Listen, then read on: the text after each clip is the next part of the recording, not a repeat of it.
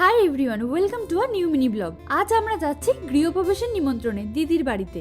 গৃহপ্রবেশের পুজো আগেই হয়ে গেছে। আজ মাহেশের জগন্নাথ মন্দিরে ঠাকুরকে ভোগ নিবেদন করা হবে। আমরা প্রথমে চলে এসেছি দিদিদের নতুন ফ্ল্যাটে। এই যে দিদি, আর এটা ওদের নতুন ফ্ল্যাট। আজ শুধু আমরা নয়, এখানে অনেকেই এসেছি। আমার বাপি, মা, শ্বশুর, শাশুড়ি, দিদিরা। এখানে গৃহপ্রবেশের পুজো আর হোম হয়েছে। এই যে পুচকিটা আমার দিদির মেয়ে, ওকে একটা খেলনা ফোন দিয়েছি, ও ওটা দিয়ে ফোন করছে। ফ্ল্যাটটা কিন্তু খুব সুন্দর, একটা ছোট্ট ফ্যামিলি থাকার জন্য পারফেক্ট। এখানে সবাই মিলে গল্প করে মিষ্টি খেয়ে কিছুটা সময় কাটিয়ে চলে এলাম মাহেশের জগন্নাথ মন্দিরে।